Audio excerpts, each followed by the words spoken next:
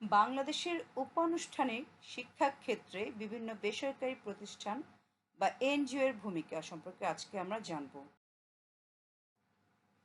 ঢাকা ইউনিভার্সিটির শিক্ষা ও গবেষণা ইনস্টিটিউটের একটি সাবজেক্ট এনএফসিই বা non formal education in Bangladesh. আজকে এর বিশ্ব সাহিত্য কেন্দ্র সম্পর্কে জানব। বিশ্ব সাহিত্য কেন্দ্র ৪৬ বছর আগে শুরু হয়েছিল।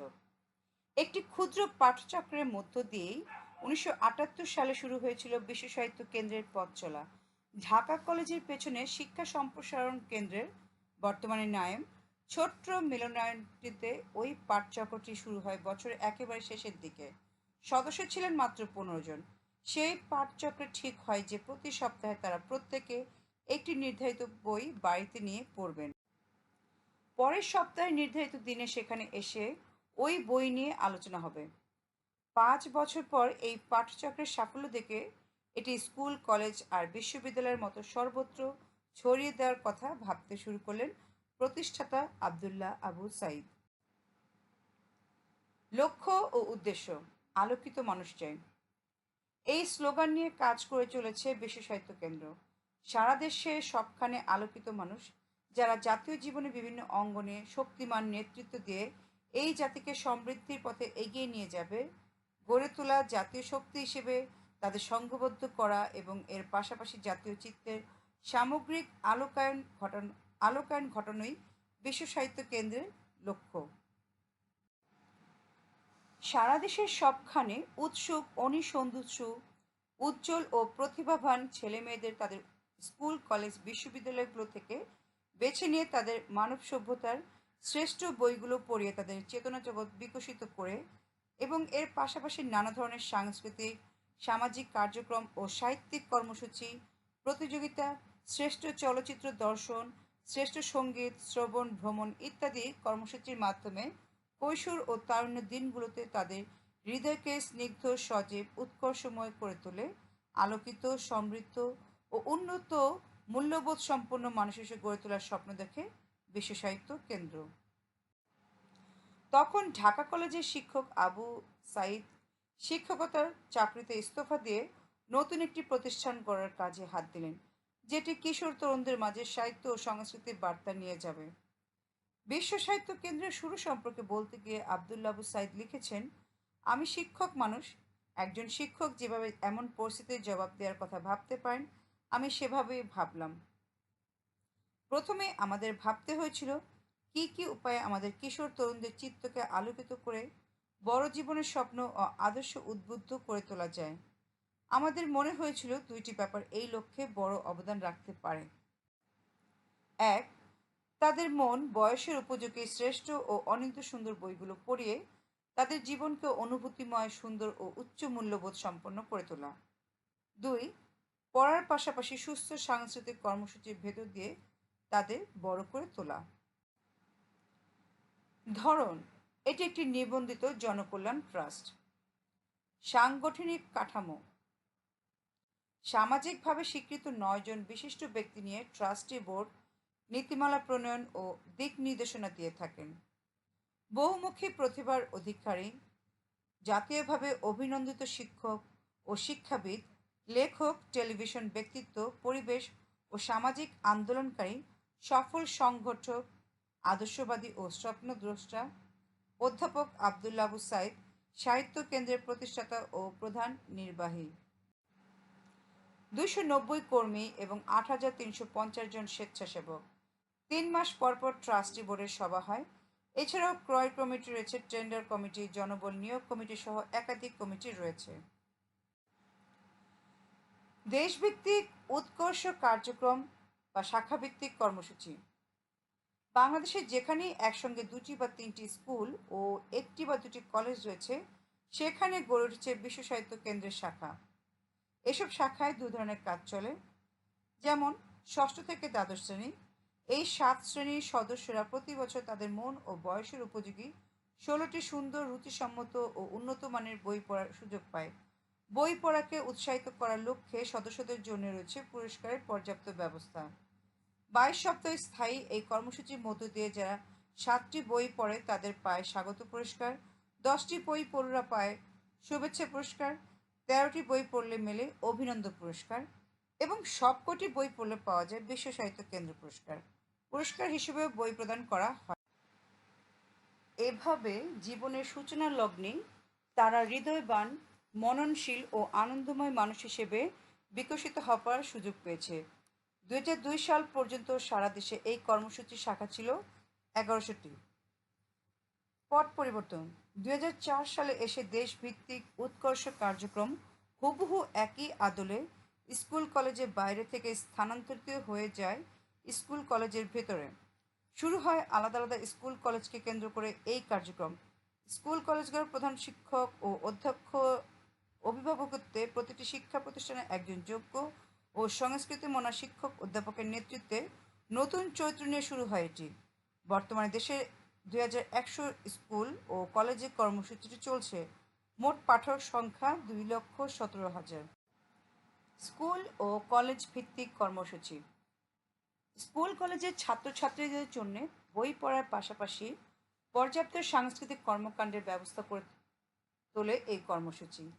এটি পরিচালিত হয় স্কুল কলেজগুলোর প্রধান শিক্ষক ও অধ্যক্ষের সহযোগিতায় এবং একজন যোগ্য ও সংস্কৃতিবান শিক্ষক বা অধ্যাপকের উদ্দীপ্ত নেতৃত্বে। এখন পর্যন্ত 800টি স্কুলের 42,000 ছাত্রছাত্রী এই কার্যক্রমের অন্তর্ভুক্ত। পাঠচক্র কার্যক্রম। দীর্ঘমেয়াদী পাঠচক্র। দীর্ঘমেয়াদী এই পাঠচক্রগুলোয় পৃথিবীর শ্রেষ্ঠ 200 বই পড়ার সুযোগ রয়েছে। সাহিত্য, দর্শন, বিজ্ঞান, রাজনীতি, অর্থনীতি, সমাজবিদ্যা সহ বিশ্বজ্ঞানের শ্রেষ্ঠ বইগুলোর পঠন পাঠন এই চক্রের পাঠ্য তালিকায় অন্তর্ভুক্ত। অন্যান্য পাঠচক্র। এই কার্যক্রমের আওতায় বিভিন্ন বিষয়ের উপর স্বল্প মেয়াদী পাঠচক্র আয়োজিত হয়। এ যাবৎ দর্শন পাঠচক্র, রবীন্দ্র অধ্যয়ন পাঠচক্র, রাজনীতি পাঠচক্র, বিশ্ব ইতিহাস পাঠচক্র, বিজ্ঞান পাঠচক্র, এমনকি নানা ধরনের পাঠচক্র আয়োজিত হয়েছে। ও শ্রবণ দর্শন কার্যক্রম। চলচ্চিত্র গভীর অনুধাবন ও রসাস্বাদনের ভেতর দিয়ে এর বিদগ্ধ দর্শক গড়ে তোলা এই বিভাগের উদ্দেশ্য। শ্রবণ দর্শন বিভাগের ভিডিও শাখার আওতায় বর্তমানে যেসব কর্মসূচি চলছে তা নিম্নরূপ। চলচ্চিত্র চক্র। এই বিভাগের আওতায় ঢাকাস্থ বিশ্ব সাহিত্য কেন্দ্রে সক্রিয় রয়েছে একটি চলচ্চিত্র চক্র। এই চক্রের আয়োজনে কেন্দ্রের আলোর স্কুল কার্যক্রমের সদস্য ও সাধারণ আগ্রহীদের নিয়মিত বিশ্বের শ্রেষ্ঠ চলচ্চিত্র দেখানো হয়ে থাকে। চলচ্চিত্র উৎসব কর্মসূচি। এই কর্মসূচির উদ্যোগে দেশের জেলা ও উপজেলা শহরগুলোয় বছরে 300টি দুদিনব্যাপী চলচ্চিত্র উৎসবের আয়োজন করা হচ্ছে। 2013 সালে বিভিন্ন জেলা শহরে স্কুল কলেজের ছাত্রছাত্রী সহ প্রায় 80,000 দর্শককে পৃথিবীর বেশ কিছু শ্রেষ্ঠ চলচ্চিত্র দেখানো হয়েছে। প্রকাশনা কার্যক্রম। জাতীয় চিত্রকে দীপান্বিত করার লক্ষ্যে কেন্দ্রের আরও একটি কার্যক্রম রয়েছে। এটি হলো প্রকাশনা কার্যক্রম। এই কর্মসূচির আওতায় বাংলা ভাষা সহ পৃথিবীর বিভিন্ন দেশ ও ভাষার বই শ্রেষ্ঠ বইগুলো প্রকাশ করে ঘরে ঘরে পৌঁছে দেওয়ার পদক্ষেপ নেওয়া হয়েছে। 3টি সিরিজের আওতায় বইগুলো প্রকাশ করা হচ্ছে। সেগুলো হলো বিশ্বের চিরায়ত গ্রন্থমালা, চিরায়ত বাংলা গ্রন্থমালা এবং কিশোর সাহিত্য গ্রন্থমালা। কম্পিউটারের ফলে কেন্দ্রের কাছে ছাপা বইয়ের পাশাপাশি অনলাইন বই পড়া কর্মসূচি হাতে নেওয়ার সুযোগ এসে গেছে। এই প্রেক্ষাপটে মার্চ 2014 সাল থেকে গ্রামীণ ফোনের সহযোগিতায় সাধারণ পাঠকদের জন্য আলোর পাঠশালা নামে একটি অনলাইন বই পড়া কর্মসূচি চালু করেছে। এই কর্মসূচির আওতায় পাঠকদের জন্য রুচিশীল ও উন্নত মানের 500টি বই আপলোড করা আছে। পাঠকরা প্রতি 4টি বই পড়ে একটি করে বই পুরস্কার জিতে নিতে পারবেন। এই পর্যন্ত কর্মসূচিতে 16,700 পাঠক অংশগ্রহণ করেছে। শিক্ষাক্ষেত্রে কার্যক্রম। দেশের 250টি উপজেলার 12,117টি স্কুলে ও মাদ্রাসায় এই কার্যক্রমটি পরিচালিত হচ্ছে। এর মধ্যে প্রায় 33% মাদ্রাসা। 2014 সাল শিক্ষাবর্ষে এই কার্যক্রমে মোট সদস্য সংখ্যা প্রায় 20.9 লক্ষ। বই পড়া কর্মসূচিতে মেয়েদের অংশগ্রহণের হার 60%।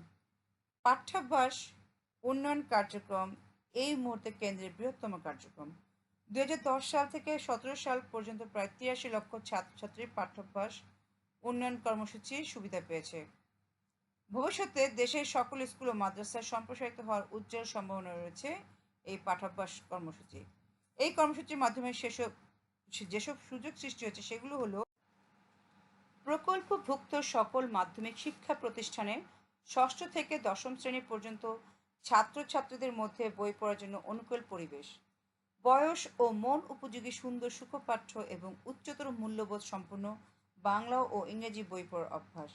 কর্মসূচি পরিচালনার জন্য প্রতিটি প্রতিষ্ঠানে নির্বাচিত শিক্ষকের সহকারী লাইব্রেরিয়ান প্রশিক্ষণ, পঠিত বইয়ের ভিত্তিতে শিক্ষার্থীদের মূল্যায়ন এবং পাঠ মূল্যায়ন শেষে মূল্যায়নের ভিত্তিতে পুরস্কার প্রদান। প্রাথমিক শিক্ষকদের বই পড়া কর্মসূচি। শিক্ষকের মনকে রুচি স্নিগ্ধ ও উন্নত করে তোলা গেলে ছাত্র সমাজও তার স্পর্শে সম্পন্ন হয়ে উঠতে পারে, বিশেষ করে প্রাথমিক শিক্ষার দিনগুলোতে।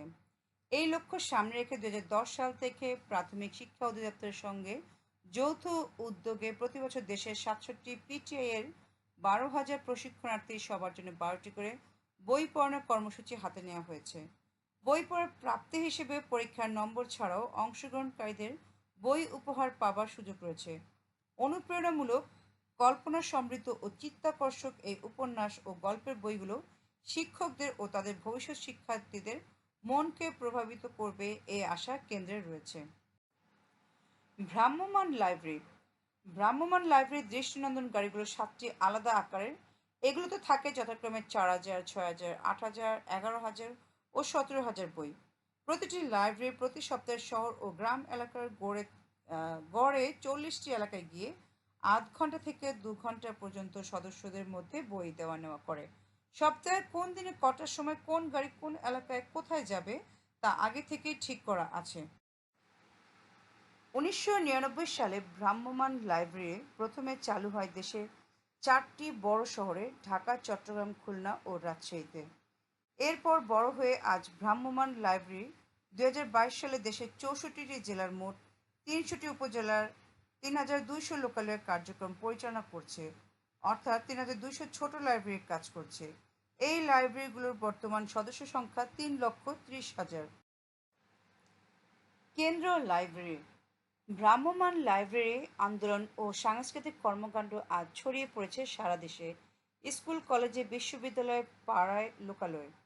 তবু দেশের রাজধানীতে একটি বৃহদায়তন লাইব্রেরি গড়ে তোলা এবং সেখান থেকে বাড়িতে বই নিয়ে পড়ার সুযোগ সৃষ্টির জন্য ঢাকার বিশ্ব সাহিত্য কেন্দ্রের কার্যালয়ে গড়ে তোলা হয়েছে একটি লাইব্রেরি।